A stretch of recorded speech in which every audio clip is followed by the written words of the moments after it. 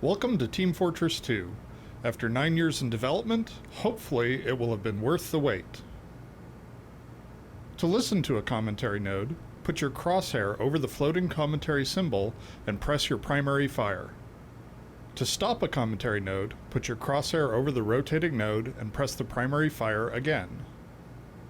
Some commentary nodes may take control of the game in order to show something to you. In these cases, simply press your primary fire again to stop the commentary. In addition, your secondary fire will cycle you through all of the commentary nodes in the level. Please let me know what you think after you have had a chance to play. I can be reached at gaben@valvesoftware.com, and my favorite class is the Spy. Thanks, and have fun. Unlike maps in Team Fortress such as Two Fort and Well, which have their respective blue and red sides, Hydra's 4 main arenas can be owned by one team or the other. We needed an overall theme that justified structures like rock walls and tunnels, but which also had a neutral color scheme. We chose a desert theme with a palette of a reddish-brown rock, cool blue sky, and neutral light colors that complement the surrounding area. The colors of the separate areas vary slightly but still key together. Multiplayer communities tend to focus on a small group of maps, playing them over again and again. Instead of producing a large number of maps, most of which would go unplayed, we decided to try and build a single map with more innate replayability than any we'd built before. With most multiplayer maps, you know what you'll be doing before the map is even finished loading. In our case, we wanted a map where you couldn't even predict something as basic as your starting point, let alone what you'd be doing when you got there. This map, Hydro, therefore begins with a randomized starting state. The emphasis on control of constantly shifting territories means the map rarely feels repetitive. Meanwhile, the explicit round structure keeps teams focused and provides regular highs and lows as the teams gain and lose territory. Maps require impassable boundaries, but unless we restrict the environments to either interior spaces or steep canyons, these boundaries can't always block the player's view of the outlying unreachable area. In our more realistic titles like Half-Life 2, these boundaries often require fictional or visual explanations. In the heavily stylized world of Team Fortress 2, however, conspicuous artificiality is a core design principle, and so we can simplify or altogether ignore these explanations without compromising the player experience. Playtesting showed, for instance, that these low fences leading to an empty expanse successfully conveyed the message that the area beyond the fence is uninteresting and out of bounds. This area presented a difficult problem. Since the arena is primarily an interior, there wasn't much we could do to alter its basic structure, so we concentrated on careful management of the interior shapes to create an iconic space. The building is essentially a box with big rectangular windows, contrasted by round elements, such as the generators, in the center. To create depth and parallax, we added linear elements such as railings and cables. We used contrasting values of dark and light on the floor with brightly lit walkways to create an interesting value pattern. All these elements work together to draw the player's eye to the flag, which must always be the focal point of the arena. One of the main changes between Team Fortress Classic and Team Fortress 2 was the removal of thrown grenades. Most classes could carry a standard hand grenade along with a secondary grenade, tied more closely to the class. Team Fortress 2's focus on unique class roles led us to notice that the standard hand grenade was a more powerful combat decider than some of the primary weapons. This made the classes more similar in combat, not a desired effect. In addition, when we look at some of the Team Fortress Classic's map stalemates, they often resulted from large amounts of grenade spam. Two cases were particularly problematic: that of players throwing grenades repeatedly through doorways, hoping to kill an enemy who might be there, and players on the verge of death throwing all their grenades in rapid succession, hoping to get a kill after they die. Removing standard hand grenades made the game more fun almost immediately, especially for new players who were often confused as to why they die when a grenade went off at their feet.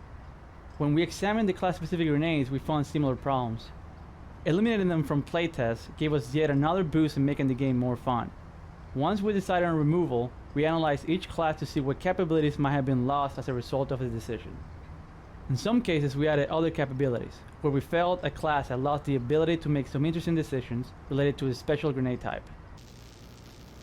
The more your art direction can use well-understood visual representations, the less work you have to do to explain your game elements. The earliest version of Team Fortress 2 had a heavily realistic art direction. As time went on, we found this was causing us a lot of issues. The differences between our player classes were hard to expose satisfactorily. Weapons firing anything other than bullets were hard to visualize. Our maps didn't make a lot of sense in the real world, where two opposing forces rarely build bases within 50 feet of one another. In addition, the game wasn't visually distinct from our other products. A stylized world had none of these problems. For instance, put the massive heavy next to the pinstripe-suited spy, and players understand both the numerical health differences between the classes and their very different gameplay styles. The medic's healing beam was easily understood by playtesters when they saw the floating red plus symbols streaming into the target. A stylized fiction can easily explain why the team's bases are built right next to each other. Finally, a Team Fortress 2 screenshot is easily recognizable, ensuring that no one will confuse it with another one of our games. The announcer for Team Fortress 2, Ellen McLean, has the rare distinction of being the only voice actor to perform in all the products in the orange box. For a role in Team Fortress 2, we had Ellen try various reads on the same lines, letting her ad-lib different personalities. On the 5th try, she came up with the winner. Her disappointed and slightly angry evil overlord clearly lets you know, in the world of Team Fortress 2, a tie does not mean everyone wins, but that everyone loses. The Scout is designed for players who are able to rapidly move around while tracking their target. Where other combat classes rely on high amounts of damage, the Scout relies on his high movement speed and double jump ability to dodge enemy fire. Much of his combat style is crafted through the features of his primary weapon, the scatter gun. It does a large amount of damage, but has a wide spread that forces him to get close to the enemy for full effect, where he's also at the highest risk of being hurt. It has a slow rate of fire that encourages him to pause to fire, then dodge, then pause, and so on, which gives enemies a higher chance to hit him at intervals.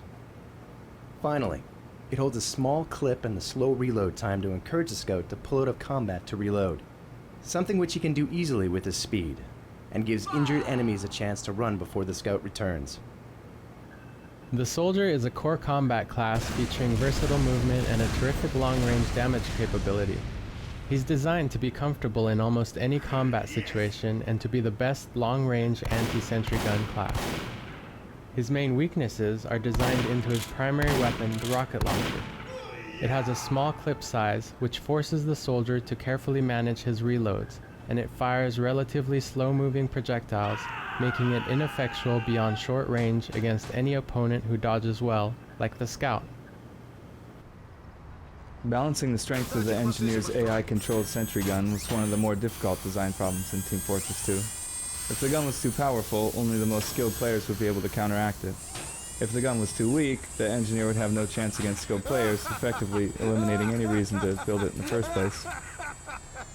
Our solution was to make the sentry gun essentially binary in the sense that it's lethal to opponents who don't take cover, but can't intelligently deal with enemies popping in and out of cover. This forces the engineer to use his own secondary weapon skill to compensate for the sentry gun's corner weakness, while still making the sentry gun a formidable obstacle for any opponent simply attempting to sprint past it. For Half-Life 2, we developed something called response rules, a system that lets us fine-tune the way characters speak lines of dialogue in response to game events that are not completely predictable. In Team Fortress 2, we extended response rules to the multiplayer environment for the first time. The response rule system works by listing speech concepts in a simple text file. The game code then makes characters attempt to speak when the rules or conditions defined in the text file are met in the game. For instance, when a player reloads his weapon, this signals the response rule system that now would be an appropriate time to speak a line about reloading. The response rule system checks the state of the world and matches it to a set of rules that determine the best line of dialogue to use for that speech concept. If the player's health is low, he may speak a different reloading line than if he's completely healthy. He could play a special line if he has killed more than 2 enemies in the last 20 seconds, another set of lines if he's underwater, and so on. Keeping dialogue and rules in script files gives the game's writers the ability to add speech to the game without needing any code support. Having decided on a stylized art direction, we experimented with a variety of styles before settling on the example of J.C. Leyendecker, an enormously popular illustrator of the early 1900s. Leindecker's rendering of clothing and material provided a great example of how to add detail to a character while keeping the clean, sharp silhouette shapes that were key to our class identification. We used normal maps to craft folds of clothing, which provided a fine level of detail when seen up close, without detracting from color values, meant to draw the player's eyes to the all-important weaponry. In our early discussions of rendering styles for the characters, we decided we wanted them to have a look that was illustrative or stylized, without going to the extremes of most toon shaders. We wanted softer lines for shading than was typical for this sort of rendering. So, we used the 2D texture to define the lighting on the characters, and at the point where light and dark meet, we added a hint of warmth to give it that burst of color at the transition. Once we'd achieved the right shading model, we added a rim trim to the characters so they would have a nice highlight around the edges of their silhouettes, which helps them to stand out from the surrounding 3D world. The Pyro is designed to be the best short-range combat class, aimed at encouraging players to adopt an ambush style of play. To achieve this, we made the Pyro vulnerable in the open, which forces players to seek out enclosed areas and doorways. To add to the Pyro's short-range lethality, we made the flamethrower effects visually noisy, which helps disorient opponents long enough for the flames to finish them off. The Spy is designed for players who want to outsmart their opponents. At a high level, his gameplay flow is to infiltrate the enemy team, move around while disguised, and use his instant kill backstab to take out key enemies, usually snipers, engineers, and medics. His invisibility cloak is designed to help him in two key situations. The first is in getting past the front line, where players are most vigilant against enemies and most suspicious of friends not heading in the right direction. The second is in escaping from enemies who have seen through his disguise while he's in enemy territory. His sapper was designed to allow him to easily take out unattended enemy sentry guns, forcing enemy engineers to keep a close eye on their buildings. With 9 classes of characters and so many weapons and unique abilities, one of our biggest challenges was exposing all these combinations to players without overwhelming them. Even the short list of essential information is intimidating, including map goals, the whereabouts of their friends, who's shooting them with what weapon, and so on. We didn't have any way to make all of this information visual, so first we had to prioritize and come up with an essential list of things every player needed to know in order to just have fun. Information they could learn by playing the game, such as map layout, was of secondary importance, but there was also information, such as the medic's invulnerability charge, that would be completely invisible unless we exposed it. We tried to avoid attaching 2D elements to the HUD as much as possible, since we wanted players to be looking at the 3D world we'd built rather than some abstract representation. For example, players always see their own team's spies as a spy, but they need to know how that spy is disguised to the other team. We first tried a quick hack where we put an icon representing the spy's current disguise, floating above his head. This icon proved baffling to playtesters. When we tackled the problem by putting cutout paper masks on the spy, it not only fit the humorous style of the game, it let players get all the pertinent information directly from a quick look at the spy's model, thus keeping them focused on the characters and on the action of the game. We took this as a lesson in how holding ourselves to a strong design principle can often force us to come up with better solutions than if we'd taken the easy route. To accommodate the Scout class, maps need open spaces that allow Scouts to double jump along paths that the other classes can't navigate. This area features a variety of rooftops and rocks that a Scout can traverse while staying above any non-Scout opponents. Scouts often use their speed advantage to retreat and collect health, so here we force them to adopt some risk by placing the health inside a small enclosed area where they sacrifice some freedom of movement. For soldiers, we designed spaces with specific attention to height. Soldiers generally want to be shooting down at the opponents to maximize the effect of their rocket splash damage. The rooftop here gives them that advantage. It can also only be reached with the soldier's rocket jump, making it generally inaccessible to the other classes. Because of the splash damage from rocket jump, soldiers have to trade health for the height advantage. This trade-off, coupled with the lack of health on the roof, lets us make the rooftop a powerful advantage without unbalancing the map, since soldiers will need to rely on medics down below to keep them healthy. When designing areas for high levels of combat, we try to avoid complexity and chaos. Complex geometry confuses players, making it hard for them to track enemies and interfering with their movement and aiming during combat. The most chaotic combat tends to occur when the size of the room fails to support the number of players fighting in it. In this final area of the map, We wanted a free-form battle to rage for some time before anyone could achieve a decisive victory. To achieve this, we built a wide-open area with several entrances and gave players a variety of attack and defense options at various heights. Rather than depend on elevators and ladders, we relied on ramps, since these allow freedom of movement at all times instead of confining players. Through playtesting, we made many changes to the dimensions of the room, the size of cover elements, and the size of the entrances, thus ensuring the area could accommodate a battle of many players. Height is a useful feature when designing defensible buildings. For instance, the Cap B building needs to be defended from all directions. The height and windows on all sides give defenders in this building an advantage when launching rockets and grenades from within. Bulletproof glass in some windows lets them safely view approaching enemies. Bulletproof glass is a useful design tool in strongly defended areas such as around control points. It gives the offensive team a chance to see enemy defenders and sentry gun positions, while affording the defensive team a good view of the gathering attackers. This is often crucial for the defense, if the offense is waiting for a medic's invulnerability charge. The sniper rifle was another tricky design problem. To meet players' expectations, a sniper rifle has to be able to kill an opponent with a single shot to the head. On the flip side, we need to ensure it cannot be snap-fired from the hip with the same effect, because then, in the hands of an experienced player, it also becomes the game's most lethal short-range weapon, negating the sniper's primary weakness. To solve this, we implemented a charging damage meter that only appears when the sniper is zoomed. This solution has several beneficial side effects. The low damage both while unzoomed and at the initial zoom ensures that snipers can't kill opponents with impromptu snap fire.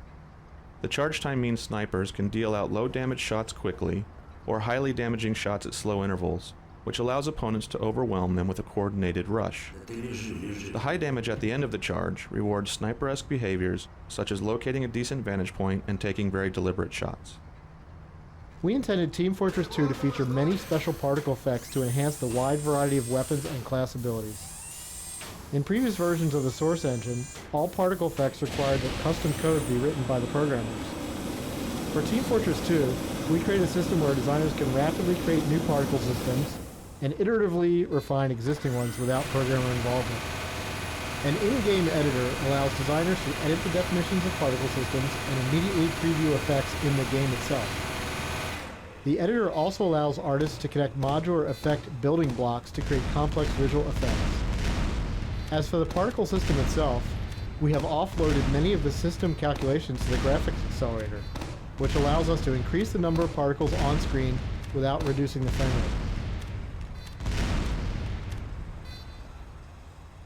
With its wide field of fire, the Heavy's minigun lets players who don't have great twitch aiming skills still wade into the thick of combat. To make up for this reduction in the value of the player's aiming skill, we amplified the importance of other skills. For instance, the wind-up time before firing and the Heavy's reduced speed while firing force players to learn to anticipate both the start of combat and incoming enemy attacks. The challenge of the particle system was to create effects that were fun and visually exciting, without being so over the top that no one could read their meaning in the game. In a typical match, there are so many effects on screen at the same time that the biggest danger is visual clutter. Therefore, the effects were refined to be cleaner and simpler. Those that were most important for gameplay were made easier to see, while those that were mainly eye candy were allowed to fall into the background. Invulnerability adds an element of pacing to the multiplayer experience, which otherwise tends to have fewer emotional highs and lows than a well-crafted single-player game. When an invulnerable medic and his friends come running in, it's an extreme high point for them. It's also a rush for the defenders, who know that they've just got to hold on for 10 seconds until invulnerability fades. Invulnerability also sharpens pacing by helping a team push through a defensive stalemate when the enemy team turtles up and refuses to come out of their base. Without a lack of defensive skirmishers, it's easier for the offense to build up the invulnerability charge without interruption. In addition, invulnerability is a great goal for the medic and rewards him for being an effective healer. We encourage the behavior by adding more charge when the medic is healing injured teammates than when he's healing ones who are already at full health. In multiplayer games, the content players consume is largely generated by other players. To enhance this, we added features designed to promote relationships between players. For example, the freeze cam shot of a player's killer helps the player remember specific troublesome opponents. The Nemesis feature adds an additional reminder that certain enemies are more significant than others. It creates a small negative reinforcement loop by giving players an opportunity to score extra points with a revenge kill. We first showed Team Fortress 2 at E3 in 1999, and here we are in 2007, so what took us so long? The short answer is that it took us this long to make something that we were happy with. The long answer requires a look at our development process. At its core is the assumption that we don't really know ahead of time what will be fun. We know what's been fun in the past, but if we've got 3 ideas on the table, we really can't say for sure which one will be the most fun when they're done. So we've focused on developing a repeatable process that we'll find out. It's based on a cycle of constant iteration, where evaluation is done by watching as many people play the game as possible. In developing TF2, we tried out many features, a few of which made it into the final product, but most of which were cut. For example, our initial versions of TF2 were focused on trying to build a game around the concept of a commander, a single player who had a real-time strategy view of the battlefield. He would be responsible for building structures and providing a unifying strategy for the team. But there were significant design challenges involved. For instance, how do we design the game such that the commander can have fun and at the same time ensure that the players down on the ground can have fun?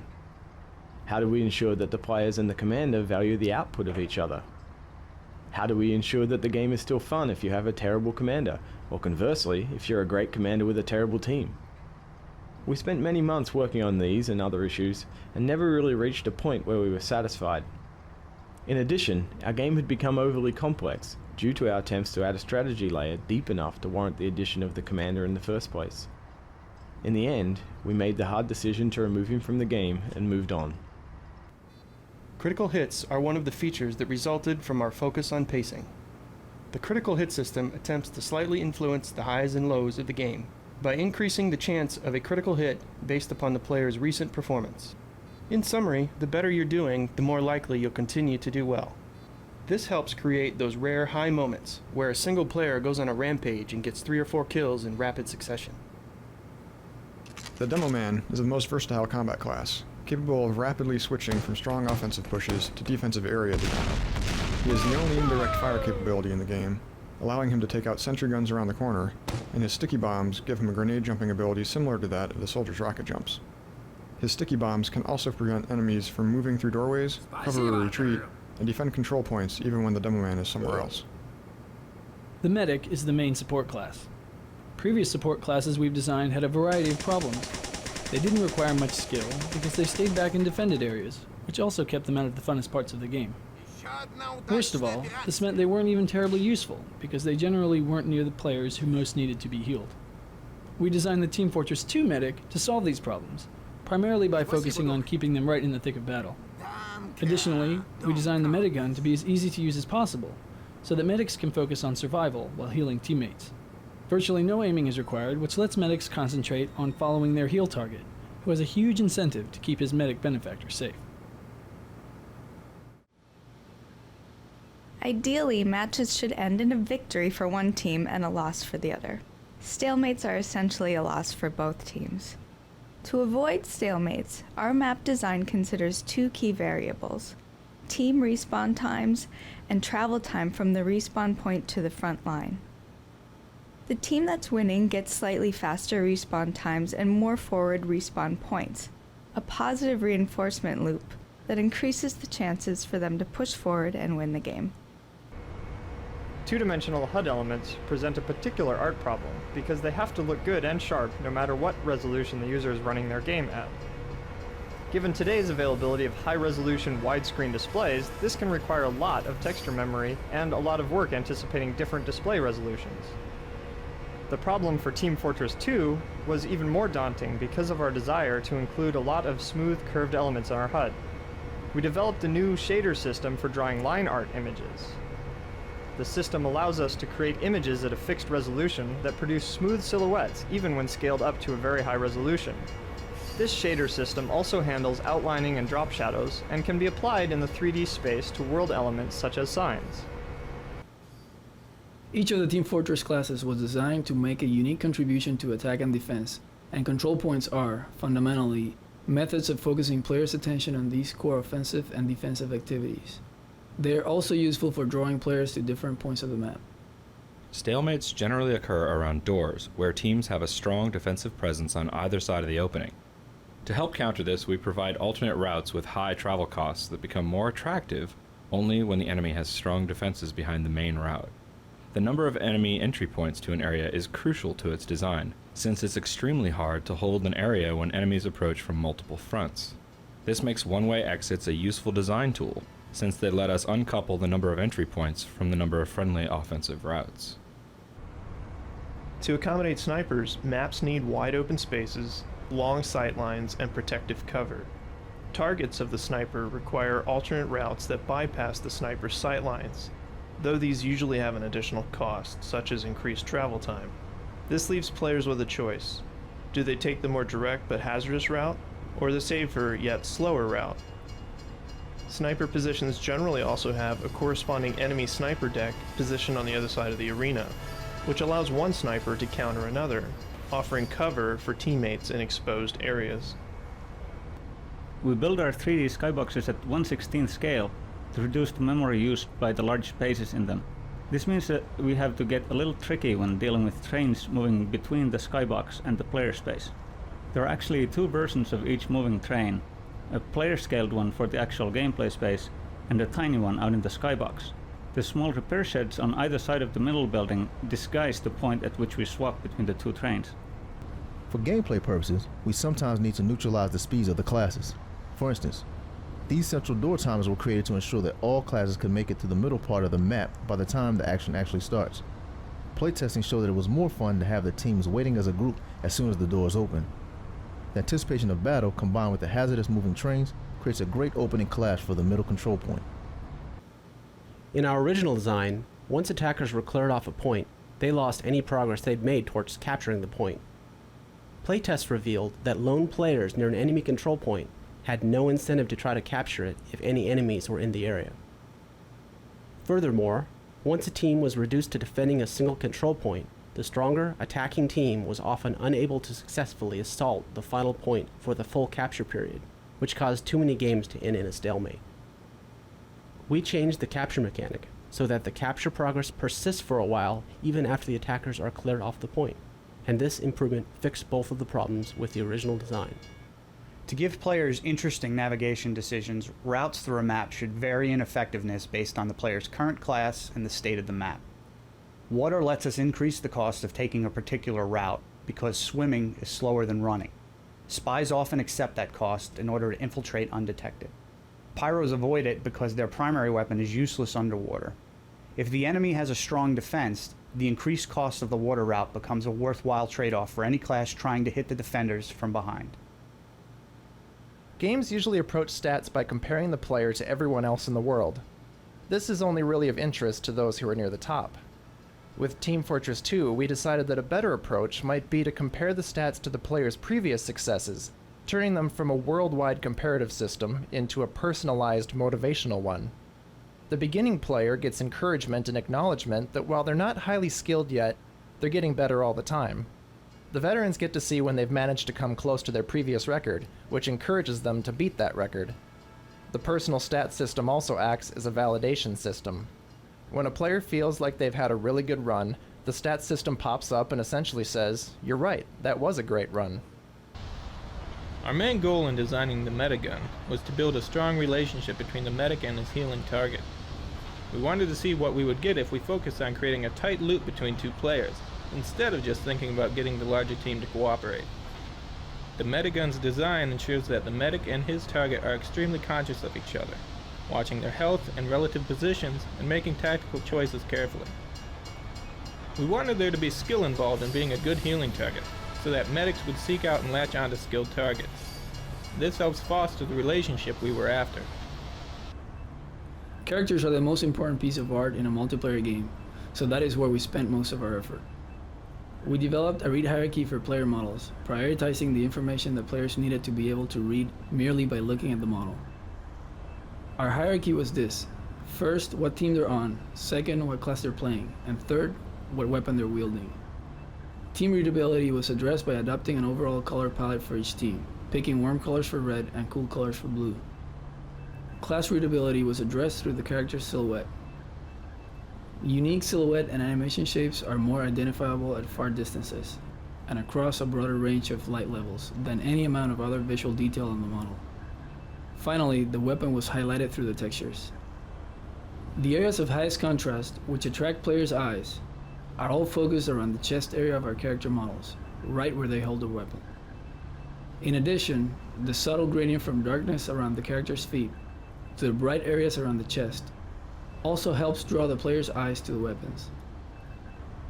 Once we had a handle on the art direction for our world and characters, we turned our attention to the weapons and gadgets. While these objects have some grounding in reality, they usually diverge in significant ways. For instance, the soldier's rocket launcher fits the general mold of a shoulder-mounted rocket launcher, but somehow manages to hold 4 rockets in a clip.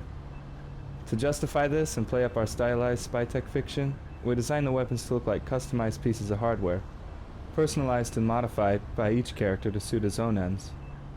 In keeping with the industrial theme of the game, we looked to 60s-era product design principles for our primary weapons, then focused on musical instruments for secondary and melee weapons, thinking these would reinforce the connection between the secondary items and each character's personality. Player classes form the backbone of Team Fortress 2's gameplay. There are a bunch of reasons why they're a useful design tool. A class is a bottled-up experience designed to be unique relative to the other classes in the game. A player who's getting tired of one class can switch to another class and get a fresh experience. They allow us to cater to players with a variety of different skills and desires. Beginning and advanced players can have fun together. Cautious, cerebral thinkers, strategic defenders, and twitch-firing adrenaline junkies can all find their niche. Team Fortress 2's class design decisions enable us to have a larger number of player abilities in-game while still keeping a single player's decisions down to a manageable level. So late in the project, while other parts of the game were being finished up, we found ourselves with some time left over for extra animation. There were several ideas on the table, including weapon-specific taunt animations. When evaluating a feature, we look at how many other features it connects to, and taunts were the clear winner. They play well with the killer freeze cam, adding to the relationship between the nemesis and his victim. They give us a highly visible place to show off our new facial animation technology, allowing the player to examine it from all angles. Finally, TF2's characters have a lot of personality, and taunts were the perfect way to show that personality through the animation and voice acting. To achieve a style of character shading which is consistent with the early 20th century commercial illustrations that influenced our art direction, we alter the diffuse lighting on characters. Here we can see the heavy weapons guy as he appears in Team Fortress 2, using this type of shading style. Note the tight transition between the light and dark sides of the skin on his upper arm. Using a traditional shading model, as seen here, the character lighting appears too soft and lacks the distinctive look seen in hand-painted illustrations. Our shading model, however, captures the dramatic transition between light and dark and helps to define the unmistakable look of Team Fortress 2. Another facet of illustrative shading is the use of rim highlights to accentuate the silhouettes of characters. Without the rim lighting, the characters tend to blend into the scenery. With the rim lighting, which you can see specifically on the heavy's shoulders, neck, and head in this example, our characters are visible against the rest of the scene and better fit the art style of Team Fortress 2.